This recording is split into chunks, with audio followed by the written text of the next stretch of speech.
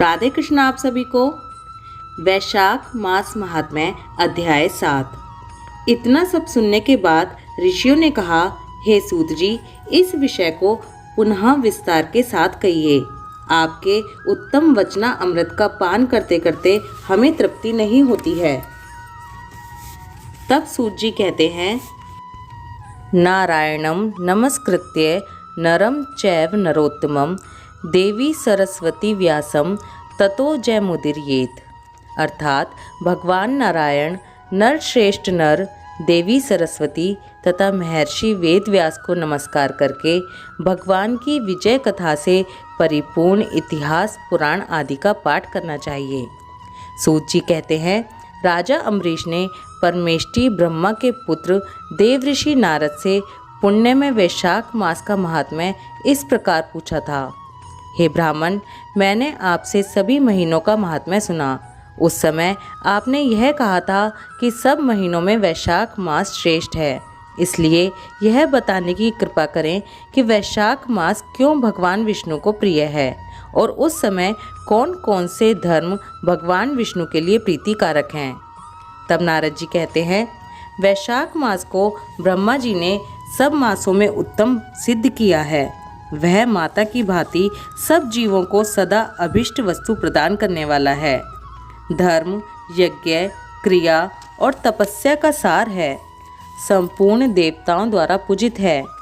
जैसे विद्याओं में वेद विद्या, मंत्रों में प्रणव, वृक्षों में कल्पवृक्ष, धेनुओं में कामधेनु, देवताओं में विष्णु, वर्णों में ब्राह्मण, प्रिय वस्तुओं में प्राण, नदियों में गंगा जी, तेजों में सूर्य, अस्त्र शस्त्रों में चक्र, धातुओं में सुवर्ण, वैष्णवों में शिव तथा रत्नों में कौस्तुभ मणि हैं। उसी प्रकार धर्म के साधनभूत महीनों में वैशाख मास सबसे उत्तम है। संसार में इसके समान भगवान विष्णु को प्रसन्न करने वाला दूसरा कोई मास नहीं है। जो वैशाख मास में सूर्योदय से पहले स्नान करता है, उससे भगवान विष्णु निरंतर प्रीति करते हैं। पाप तभी तक गरजते हैं जब तक जीव वैशाख मास में प्रातःकाल जल में स्नान नहीं करता। हे राजन, वैशाख के महीने में सब तीर्थ आदि देवता बाहर के जल में भी सदैव स्थित रहते हैं। भगवान विष्णु की आज्ञा से मनुष्यों का कल्याण करने के लिए वे सूर्योदय से लेकर 6 दंड के भीतर तक वहाँ मौजूद रहते हैं। वैशाख के समान कोई मास नहीं है। सतयुग के समान कोई युग नहीं है। वेद के समान कोई शास्त्र नहीं है और गंगा जी के समान कोई तीर्थ नहीं है। जल के समान दान नहीं है, खेती के समान धन नहीं है और जीवन से बढ़कर कोई लाभ नहीं है। उपवास के समान कोई तप नहीं, दान से बढ़कर कोई सुख नहीं, दया के समान धर्म नहीं, धर्म के समान मित्र नहीं, सत्य के समान यश नहीं, आरोग्य के समान उन्नति नहीं, भगवान विष्णु से बढ़कर कोई रक्षक नहीं और वैशाख मास के समान संसार में कोई पवित्र मास नहीं है। ऐसा विद्वान पुरुषों का मत है। वैशाख श्रेष्ठ मास है और शेषशायी भगवान विष्णु को सदा प्रिय है।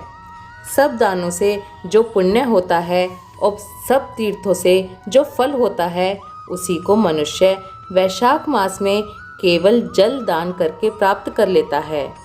जो जलदान में असमर्थ है, ऐसे ऐश्वर्य की अभिलाषा रखने वाले पुरुष को उचित है कि वह दूसरे को प्रबोध करे, दूसरे को जलदान का महत्व समझाए। यह सब दानों से बढ़कर हितकारी है। जो मनुष्य वैशाख में सड़क पर यात्रियों के लिए प्याऊ लगाता है, वह विष्णु लोक में प्रतिष्ठित होता है। हे राजन, प्रपादान देवताओं, पितरों तथा ऋषियों को अत्यंत प्रीति देने वाला है। प्रपादान यानी कि प्याऊ। जिसने प्याऊ लगाकर रास्ते के थके मांदे मनुष्यों को संतुष्ट किया है, उसने ब्रह्मा, विष्णु और शिव आदि देवताओं को संतुष्ट कर लिया है। राजन, वैशाख मास में जल की इच्छा रखने वाले को जल, छाया चाहने वाले को छाया और पंखे की इच्छा रखने वाले को पंखा देना चाहिए। हे राजन, जो प्यास से पीड़ित महात्मा पुरुष के लिए शीतल जल प्रदान करता है, वह उतने ही मात्र से 10,000 राजसूय यज्ञों का फल पाता है। धूप और परिश्रम से पीड़ित ब्राह्मण को जो पंखा डुलाकर हवा करता है, वह उतने ही मात्र से निष्पाप होकर भगवान का पार्षद हो जाता है। जो मार्ग से थके हुए श्रेष्ठ द्विज को वस्त्र से भी हवा कर देता है, वह उतने से ही मुक्त हो भगवान विष्णु का सायुज्य प्राप्त कर लेता है। जो शुद्ध चित्त से ताड़ का पंखा देता है, वह सब पापों का नाश करके ब्रह्मलोक को जाता है। जो विष्णु प्रिय वैशाख मास में पादुका का दान करता है, वह यमदूतों का तिरस्कार करके विष्णु लोक में जाता है। जो मार्ग में अनाथों के ठहरने के लिए विश्रामशाला बनवाता है, उसके पुण्य फल का वर्णन किया ही नहीं जा सकता।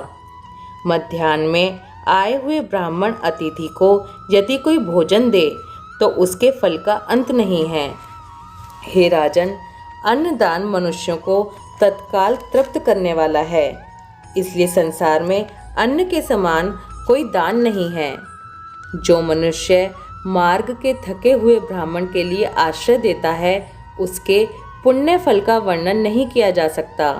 हे भूपाल, जो अन्नदाता है वह माता पिता आदि की भी विस्मरण करा देता है, इसलिए तीनों लोकों के निवासी अन्नदान की ही प्रशंसा करते हैं।